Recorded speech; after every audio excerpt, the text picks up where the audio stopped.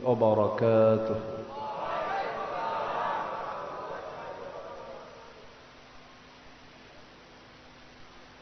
السلام عليكم ورحمة الله وبركاته. إن الحمد لله الأكرم الذي خلق الإنسان وكرم وعلمه من البيان ما لم يعلم، فسبحان الذي لا يحصى امتنانه باللسان ولا بالقلم. نشهد أن لا إله إلا الله وحده لا شريك له، ونشهد أن سيدنا وحبيبنا ومولانا محمدًا عبده ورسوله الذي أرسله بالحق بشيرا ونذيرا وداعيا إلى الله بإذنه وسراجا وقمرا منيرا. فقد قال الله تعالى في كلامه المجيد وفرقانه الحميد: أعوذ بالله من الشيطان الرجيم. بسم الله الرحمن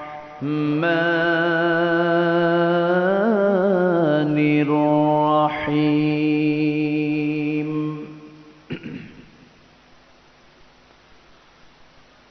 ولتكن منكم أمة يدعون إلى الخير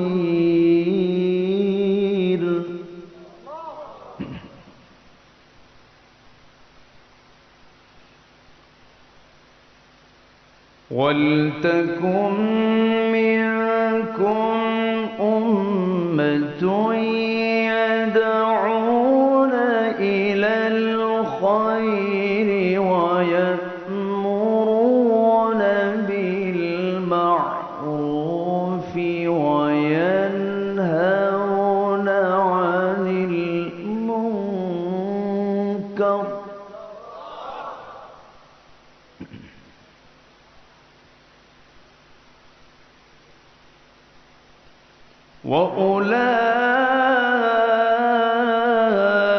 وأولئك هم المفلحون.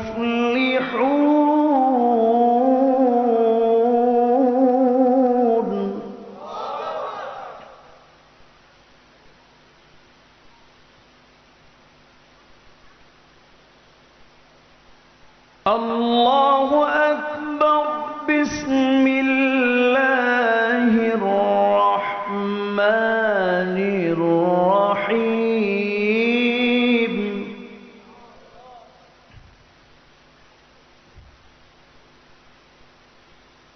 ومن أحسن قولا ممن دعا إلى الله وعمل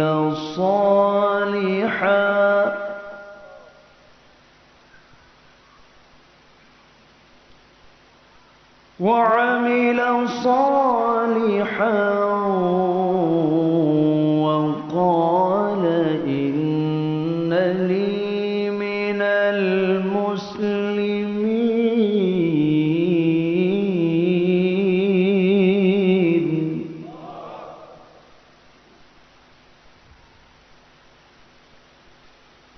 الله أكبر.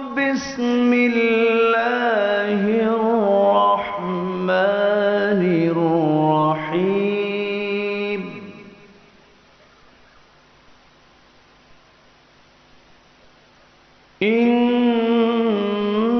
الله وملائكته يصلون على النبي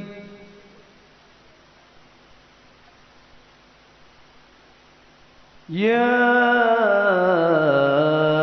أيها الذين آمنوا صلوا عليه وسلموا تسليما اللهم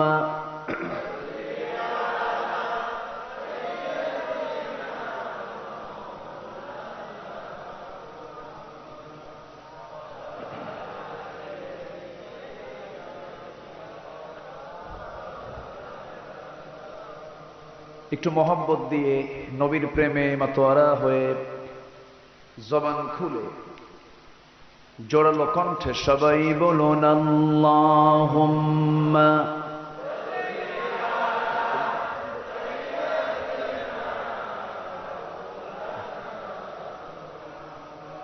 ওয়া আলা আলি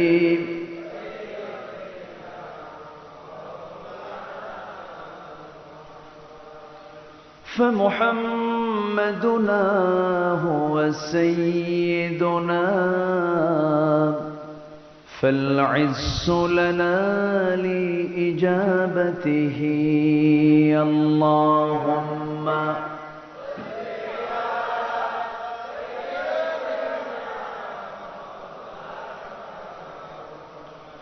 وعلى آل سيدنا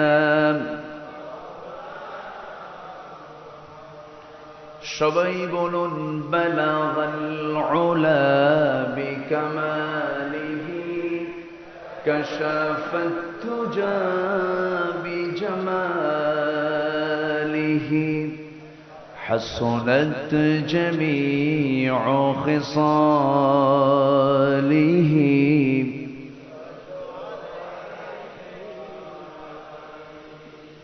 سورة يوسف بداري حكمة لقمان ما قاري قرآن باري یہ دل سادمان ما بلغ العلا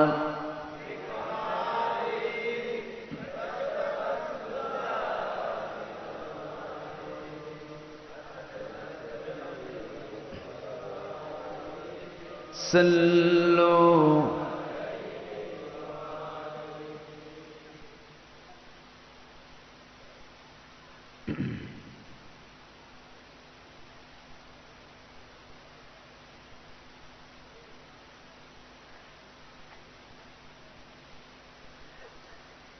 প্রাকৃতিক নান্দনিক সৌন্দর্যে ঘেরা দেশের দক্ষিণাঞ্চল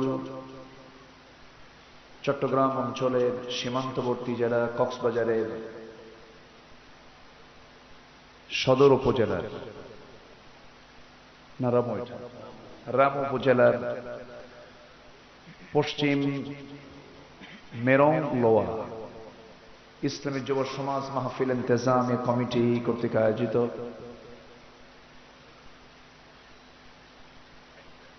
সাঁইত্রিশতম সিরাতুন নবী সাল্লাল্লাহু আলাইহি ওয়াসাল্লাম মাহফিল 2021 মহৎ আয়োজনের সম্মানিত সুযোগ্য সভাপতি জনাব মাওলানা আব্দুল গফুর, আজকে প্রোগ্রামের বরেণ্য সম্মানিত মেহমানবৃন্দ, বিশেষ করে আমার পূর্বে কথা বলেছেন উস্তাজুল আসাতিজা, নন্দিত আলেমে দ্বীন, প্রথিতযশা মুফাসসির কোরআন, বিশিষ্ট ইসলামী চিন্তাবিদ, আমার অত্যন্ত কাছের মানুষ মাওলানা শফিউল হক জিহাদি, আজকের প্রোগ্রামে উপস্থিত হযরত উলামায়ে কেরাম, ফদলায়ে ইজম, সুশীল সমাজ, জাতির শ্রেষ্ঠ সন্তান, শিক্ষক মণ্ডলী, জাতির বিবেক সাংবাদিক বৃন্দ, সামনে উপস্থিত দূরে ও কাছের বিভিন্ন স্থান থেকে ছুটে আসা কালেমার ঝান্ডাবাহী, তাওহীদের পতাকাবাহী, দ্বীন ইসলামের নরসারদুল বীর মুজাহিদ, প্রাণ প্রিয় সম্মানিত দ্বীনী ভাইরা, আড়ালে বসে আছেন শ্রদ্ধেয়া সম্মানিতা মা বোনেরা, আলোচনার সূচনায় আনুষ্ঠানিকতার মধ্য দিয়ে আমার পক্ষ থেকে আবারও দিলখোলা সালাম, আসসালামু আলাইকুম ওয়া রাহমাতুল্লাহি তাআলা ওয়া বারাকাতুহু। সবাই কেমন আছেন? আমাকে উল্টো প্রশ্ন করলেন, আমি কেমন আছি? এ তো মোহাব্বতের লক্ষণ, তাই না? তাহলে আমার আগের আলোচকের কিছু তাসির এখানে পড়েছে। আল্লাহ পাক আপনাদের দোয়া, আল্লাহ পাক আমাকেও ভালো রেখেছেন। বলছি আলহামদুলিল্লাহ। হাজারো কাজের ভিড়ে ব্যস্ত সময় পাড়ি দিয়ে ক্লান্ত শ্রান্ত দেহটাকে স্বস্তি দেওয়ার জন্য ও জাআলনাল লাইলা লিবাসা, ধীরে ধীরে যখন আমরা লাইলের লেবাসে চলে যাব, রাতের আরামের ঘুমে চলে যাব, ঠিক সেই সময় আমরা বসে আছি কি যেন একটা টানে, যিনি আমাকে আপনাকে তারই কিছু কথা শোনার জন্য, কোরআনের কিছু অমীয় বাণী শোনার নিমিত্তে যিনি আমাকে আপনাকে এমন একটি বরকতপূর্ণ জায়গায় আসার বসার তৌফিক দিলেন, সেই মহান জাল্লা শানহুর দরবারে আমরা সবাই লাখ কোটি সুজুদ শুকর আদায় করছি। মুহাব্বাতান জোরালো কণ্ঠে বলে উঠছি আলহামদুলিল্লাহ। আবারও বলছি আলহামদুলিল্লাহ। চিৎকার মেরে বলছি আল্লাহুম্মা ইন্নী আসআলুকা আল হুদা ওয়াত তুকা ওয়াল আফাফা ওয়াল গিনা। সবাই বলি আল্লাহুম্মা লাকা আসলামতু ওয়া বিকা আমানতু ওয়া আলাইকা তাওয়াক্কালতু ওয়া ইলাইকা আনাবতু। আমরা আল্লাহ তাআলার শুকর আদায় করে নিলাম। সম্মানিত হাজিরিন, আমার পূর্বের যিনি মেহমান কথা বলেছেন, মানব জীবনের সঙ্গে ওতপ্রোতভাবে জড়িত হলো আত্মীয়তার বন্ধন এবং সাথে হলো প্রতিবেশী। গুরুত্বপূর্ণ দুটো বিষয় নিয়ে তিনি কথা বলেছেন, যেটা সম্পূর্ণ বান্দার হক। তো আমাকে যে সাবজেক্ট দেওয়া হয়েছে, সাম্যতা, মানবিক মর্যাদা, জাতীয় ঐক্য, তো এই কথার ভিতরে তো রাজনীতির গন্ধ খুঁজে পাওয়া যায়। জাতীয় ঐক্য হুজুরদের তো সে দায়িত্ব দেওয়াই হয়নি। দেশ স্বাধীন হয়েছে ৭১-এ, আজকে ২০২১। এদেশে যত নির্বাচন হয়েছে, ক্ষমতার মসনদে যারা বসেছেন, ক্ষমতার পরে যারা ছিলেন, জাতীয় ঐক্যের নেতৃত্ব যারা দিয়েছেন, মূলত ক্ষমতার চেয়ারে যারা বসেছিলেন, কোন আলেম ওলামা না। আমাকে এমন একটা সাবজেক্ট দেওয়া হয়েছে যেটার পুরোপুরি হক আদায় করতে গেলে আমাকে কিছু কথা আজকে স্পষ্ট করে বলতেই হবে। সবাই শুনতে রাজি আছি তো? জোরে বলি ইনশাআল্লাহ। আরো জোরে বলি ইনশাআল্লাহ। তবে দাওয়াতের ক্ষেত্রেও কিছু পদ্ধতি আছে। উগ্রতা, অসহিষ্ণু কোনো কথা, উচ্ছৃঙ্খল কোনো কথা ইসলাম এগুলোকে অ্যালাউ করে না। দাওয়াত দিতে গেলে আল্লাহ পাক কিছু পথ এবং পন্থা দিয়েছেন। আল্লাহ রাব্বুল আলামিন বলেন, উদউ ইলা সাবিলি রাব্বিকা বিল হিকমাতি ওয়াল মাউইযাতিল হাসানাহ ওয়াজাদিলহুম বিল্লাতি বিল্লাতী হিয়া আহসান। তুমি যখন মানুষকে কালিমার দাওয়াত দিতে যাবে,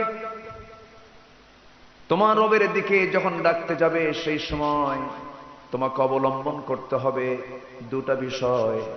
একটা হলো হিকমতের সাথে, মানে বিজ্ঞতার সাথে, এবং সুন্দর আচরণের মধ্য দিয়ে, সুন্দর নসিহতের মধ্য দিয়ে মানুষকে তুমি কালিমার দাওয়াত দেবে। আবার হিকমত মানে এটা বোঝানো যাবে না, হিকমত মানে হককে আড়াল করা নয়, যোগ্যতার সঙ্গে হককে সামনে উপস্থাপন করা। হককে আড়াল করে যে কথা, এটা হিকমত নয়। হক কথা বলতে হবে। এবং অকৌলুল হক ওয়া ইন কানা মুররান, সত্য কথা যখন আপনি বলতে যাবেন, এটা কখনো মিষ্ট হয় না, সত্য কথা তিক্ত হয়। সত্য সবার কাছে পছন্দ হবে না। সত্য কি সবার কাছে পছন্দ হবে? কারণ সত্যের বিপরীত, হকের বিপরীত বাতিল আছে না নাই? বাতিল কি হক কথা শুনলে খুশি হবে? খুশি হবে না। সম্মানিত ভাইয়েরা, সম্মানিত বন্ধুগণ, এই পৃথিবীতে আল্লাহ পাক মানুষ পাঠিয়েছেন। এই মানুষের মর্যাদা সবার আগে কে দিয়েছেন? ওয়ালাকাদ কাররামনা বানি আদম ওয়া হামালনাহুম ফিল বাররি ওয়াল বাহর। আমি আদম সন্তানকে সম্মান দিয়েছি। কার কথা? মানবিক মর্যাদা, মানুষের যে মর্যাদা, এটা কে দিয়েছেন? আল্লাহ দিয়েছেন। এবং এই পৃথিবীতে প্রতিটি বান্দার জন্য মৌলিক চাহিদা দুই রকম না এক রকম? বলেন, দুই রকম না এক রকম? সবার জন্য কয়টা চোখ? সবার জন্য কয়টা কান? সবার জন্য কয়টা জিহ্বা? সবার জন্য কয়টা হাত? সবার জন্য কয়টা পা? এইরকম করে এই পৃথিবীতে প্রতিটি মানুষের জন্য মৌলিক যে চাহিদাগুলো, সব একরকম করে দিয়েছেন। সেই মানুষকে আল্লাহ রাব্বুল আলামিন এই পৃথিবীতে পাঠিয়েছেন। এই পৃথিবীতে পাঠানোর মূল লক্ষ্য কিন্তু একটাই, সেটা হলো তুমি এই পৃথিবীতে এসেছো কারো গোলামি করার জন্য নয়, তোমাকে গোলামি করতে হবে কার বিধান দিয়ে? কার বিধান মতো? আল্লাহর বিধান মতো। আল্লাহ যে বিধানটা দিয়েছেন আমার এবং আপনার জন্য, সর্বশেষ একটা কিতাব তিনি দিয়েছেন। সেই কিতাবের নাম কি বলুন তো সবাই? এই কিতাব খুললে সবকিছুর আগে প্রথমেই আমরা পরিচয় পেয়ে যাই হলো এই কিতাবের যিনি রচয়িতা, এই কিতাব যিনি দিয়েছেন আমাকে আপনাকে, তিনি কে? সে আল্লাহর পরিচয়টা আমরা পেয়ে যাই, এবং তৎক্ষণাৎ এই কিতাবের পরিচয়টা পেয়ে যাই। এই কিতাব সম্পর্কে এখনো অস্পষ্ট ধারণা নিয়ে আছে অনেক বুদ্ধিজীবীরা, আছে না নাই?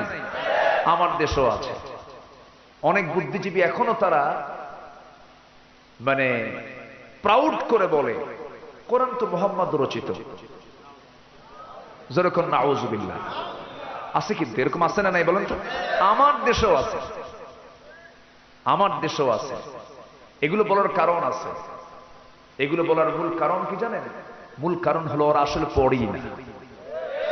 ওরা আসলে পড়ে না। না পড়লে সে বলবে কেমন? আন্দাজে অনুমান করে তারা এই জাতীয় কথাগুলো বলে। যেরকম করে ইহুদিরা আন্দাজে কথা বল, আল্লাহর সঙ্গে জুড়াইয়া দিয়েছে আল্লাহর ছেলে আছে। আন্দাজে খ্রিস্টানরা জড়িয়ে দিয়েছে আল্লাহর ছেলে আছে। অনুমান, কল্পনা প্রসূত কথা। আমার বন্ধুগণ, কোরআন যে আল্লাহর পক্ষ থেকে নাজিল হওয়া কিতাব, এটিকে যদি আমরা একটু গবেষণায় নিয়ে আসি, যেই এই কিতাবের গবেষক হবে সেই ইসলাম গ্রহণ করতে বাধ্য হবে। অন্তত এই কথা বলবে না যে কোরআন কোন ব্যক্তির লেখা। সুবহানাল্লাহ বলেন। ডক্টর মরিস বুকাইলির কথা আমরা অনেকে শুনেছি, ভুল ধরতে এসে মুসলমান হয়ে গেছেন। সম্প্রতি জগন্নাথ ইউনিভার্সিটির এক মহিলা লেকচারার, তিনি গত 30 বছর